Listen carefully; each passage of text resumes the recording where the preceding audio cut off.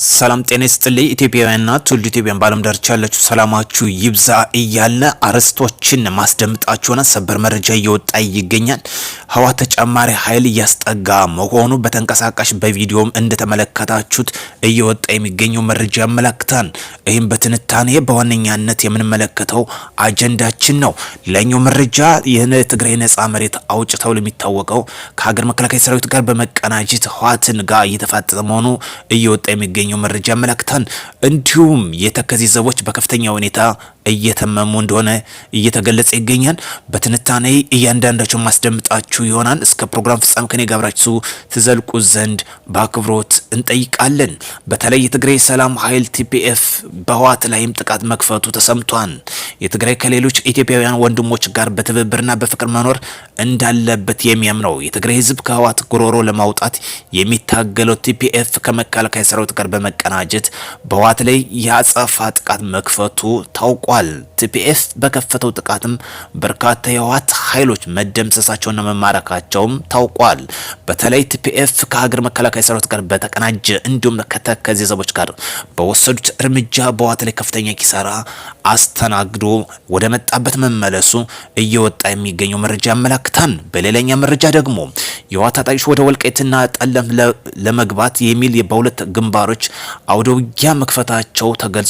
ዛሬ ከረፋድ አንስቶ በተከዜ ቀጠና በሁለት ግንባሮች አዲስ ውጊያ መቀስቀሱም ተገልጿል። አንደኛው ግንባር በተከዜ ቀጠና በምስራቅ ጠለምት ሚጫራ በተባለ ስፍራ ሲሆን እንዲሁም ውጊያ የተቀሰቀሰበት ግንባር ደግሞ በምዕራብ ጠለምት አንበሳ መቃብ ተብሎ በሚጠራበት አካባቢ መሆኑ ታውቋል። በምስራቅ ጠለምት የተከፈተው ውጊያ እስካሁን እንደቀጠለ መሆኑ እየወጣ ያለው መረጃ ያመለክታል። በምዕራብ ጠለምት የተከፈተው ተኩስም ግን ወዲያውኑ መቆሙ የአካባቢ ነዋሪዎች እያወጣው የሚገኘው መረጃ ያመለክታል። ከትናንት በስቲያ እለት ጀምሮ የህወሓት በጠለምት ጥቃት መክፈቱም ተከትሎ በወልቃይት እና በጠለምት ቀጠና ወታደራዊ ውጥረቱ አይሏል ተብሏል። በጠለምት ግንባር ያለው ውጊያም ሲቀጥል በወልቃይት ሁሉም መግቢያና መውጫ በሮች የኃይል ስምሪት እንቅስቃሴ በስፋት እየታየ መሆኑ ተገልጿል። የአካባቢ ነዋሪዎችም እና አመራሮች ባገኙት መረጃ የህወሓት ኃይሎች ከትናንት ምሽት አንስቶ ተጨማሪ ክፍለ ጦሮችን ወደ ወልቃይት እንዳስጠጉ ተናግሯል። ከዚህም ባለፈ ቡድን ረጅም እና መካከለኛ ርቀት መወንጨፍ የሚችሉ መድፎችም ወደ ተከዜ ቀጠና ማስጠጋታቸው ተገልጿል። በምስራቅ ጠለምት ሚጫራ በተባለ ስፍራ በነፍስ ወከፍ እና ቡድን መሳሪያዎች የታገዘ ውጊያ እየተደረገ መሆኑ እየወጣ የሚገኘው መረጃ ያመለክታል። ሚጫራ የተባለው አካባቢ በትናንትናው ዕለት የድሮን ጥቃት የተፈጸመበት ቦታ አቅራቢያ የሚገኘው ቀበሌ ነው። በትናንትናው የድሮን ጥቃት የህወሓት ወታደሮች እና ወታደር መሳሪያዎች ላይ ከፍተኛ ኪሳራ አስተናግሮ ወደ መጣበት እንደፈረጠጠ ተገልጿል። ከድማ እስከ ተከዜ ባሉ የትግራይ ክልል ተይዩ ስፍራዎች ያሉ የትኩሳት ከዕለት ወደ ዕለት እየጨመረ መሆኑ እየተገለጸ ይገኛል። መጠነ ሰፊ ውጊያ የመቀስቀስ እድሉም ከጊዜ ወደ ጊዜ እየጨመረ መምጣቱ ታውቋል። የተከዜ ዘብ በበኩሉ ታጣቂ ኃይል ወደ ተከዜ ወንዝ ማቅናቱን ተጨማሪ ተከዜ ኃይል ተገልጿል። በዚህም እንግዲህ ከፍተኛ የሆነ የተከዜ ዘቦች ወደ ወልቃይት ጠገዴ ስቴት ወደ ተከዜ ዘብ እያቀኑ ከሀገር መከላከያ ሰራዊት ጋር በመቀናጀት እየሰሩ መሆኑ ተገልጿል። ሌላኛው መረጃችን እየወጣ የሚገኘው መረጃ አለ። የህወሓት ታጣቂ ሲያዘዋውሩ የነበሩ ከፍተኛ የሆነ ጭነት መኪና በቁጥጥር ስር መነሻው መሆኒ መዳረሻውን ደግሞ ሞራዋ ያደረገ ተኳሽ የጫነ የህወሓት ታጣቂ መኪና በሀገር መከላከያ ሰራዊታችን በቁጥጥር ስር መዋሉን ተገልጿል። የሀገር መከላከያ ሰራዊትና የአካባቢ ነዋሪዎች በሚገኙ የመረጃ ክትትል አባላት እንግዲህ በተደረገ ጥናት ሙሉ በሙሉ በቁጥጥር ስር አውሎታን። የህወሓት ተሽከርካሪ እንግዲህ በሙሉ በቁጥጥር ስር ውሎ ገቢ መደረጉ ተገልጿል ማለት ነው። ራሱን እንግዲህ ተገንጣይነት እዞ የሚንቀሳቀሱ የህወሓት ታጣቂ ከፍተኛ ኪሳራ እያስተናገደ ይገኛል። ሌላኛው ጉዳይ ጌታቸው ረዳ ያወጡት መግለጫ አለ። ራሳቸው የለኮሱትን ራሳቸው ይምቁት ብሏል አቶ ጌታቸው ረዳ። በጠለምት ግጭት ዙሪያ በፌስቡክ ገጻቸው በትግረኛ ቋንቋ ባስተላለፉት መልእክት ያሉበት ጠንካራ ምት ያረፈባቸው መሆኑ ገልጿል። ተፈናቃዮች ለመመለስ እና ጊዜው አንድነትን ለማረጋገጥ በሚል ስም ህዝብን ዳግም ወደ ጦርነት የሚከቱ እንቅስቃሴዎች እያደረጉ መሆኑን አቶ ጌታቸው ገልጸዋል። የተፈናቃዮችን በዘላቂ ሰላም መመለስና ዳግም ግንባታ ማካሄድ ከፍተኛ የፋይናንስ ድጋፍና የውጭ አካላትን ተሳትፎ የሚጠይቅ ቢሆንም በአሁኑ ወቅት ሰላማዊ አማራጭን በማጥበብ ትግራይን ዳግሞ የጦርነት ሜዳ ለማድረግ የሚንቀሳቀሱ አካላት ድርጊታቸውን ሊያቆሙ እንደሚገባ አሳስቧል። የወጣቱን ህይወት እንደ ዋነኛ መሳሪያ በመጠቀምና ያለ ከባድ መሳሪያ ሽፋን እግረኛ ሰራዊትን ለከፍተኛ አደጋ የሚያጋልጥ አካሄድ እየተከተለ ነው ሲል ገልጿል። ይህ ወታደራዊ አመራሩን አለን ለማለት ብቻ የሚከፍለውን ትርጉም የለሽ መስዋዕትነት ነው ሲል ገልጿል። ተጋላይ ህዝባዊ ዓላማ ርካሽ የፖለቲካ ሸቀጥ እንዳይውል ጥያቄ ሊያደርግ ይገባል። በከፍተኛ መስዋዕትን የተገኘውን የፕሪቶሪያ ስምምነት በሰላማዊ መንገድ እንዲተገበርና ተጨማሪ ሰው ህይወት እንዳይጠፋ ተጋላይ የተቃውሞ ሊያሰማ ይገባል ሲል አሳስቧል።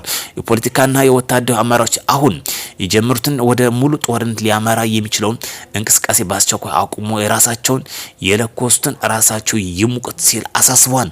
ይህን ያሉበት ከፍተኛ አመራሮች ራሳቸው የሞቁበት ራሳቸው የለኮሱትን ራሳቸው ይሙቁበት ሲል ያሳሰቡት ወጣቱ ለዚህ ድርጊት ከፍተኛ መስዋዕትን ማስከፈል የለባቸው ወጣቶችም ይህን በማወቅ መንቃት እንዳለባቸው አሳስቧል ማለት ነው።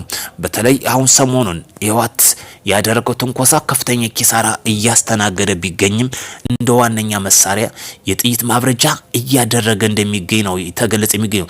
ለዚህ ደግሞ ወጣቱ ሁለተኛ ዋጋ መክፈል እንደሌለበት አሳስቧል።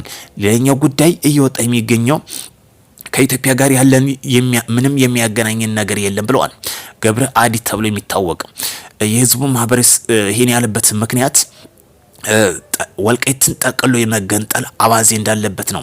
ከኢትዮጵያ ጋር ምንም የሚያገናኝ ነገር የለም፣ የሚያገናኝን የፕሪቶሪያው ስምምነት ብቻ ነው ያለበት ገብረ አዲት። ይሄን ያለበት ዋነኛ ምክንያት ወልቃይትን ጠቅለን እንገነጠላለን የሚል ነው።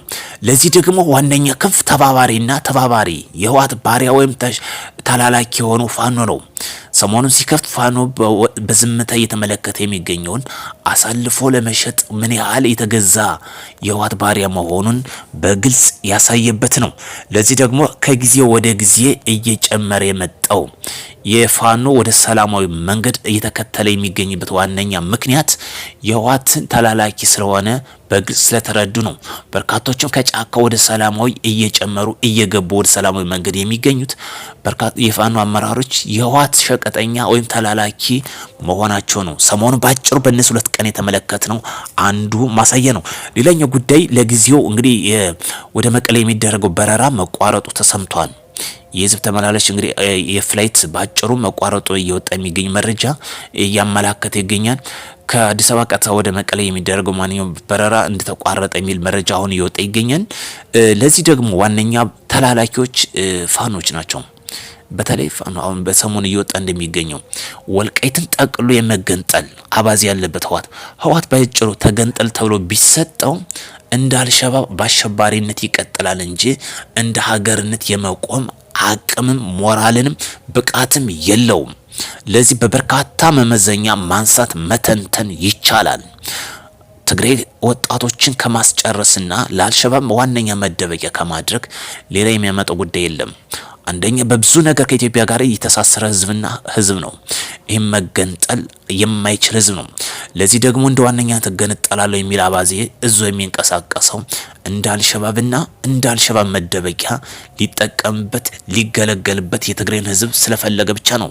ለሀገራችን የሚያስፈልገው ሰላም ነው። ታጥቃችሁ ተንቀሳቀሱ፣ ሰከም ብላችሁ ፊታችሁ ወደ ሰላም ታዞሩ ዘንድ ማሳሰብ እንፈልጋለን። ውድ ቻናል ቤተሰቦች በሌላ መረጃ እስክንገናኝ ላይክ፣ ሼር፣ ሰብስክራይብ ማድረግ እንዳይረሳ። መልካም ቀን ይሆንላችሁ ዘንድ ከወዲሁ እመኛለሁ።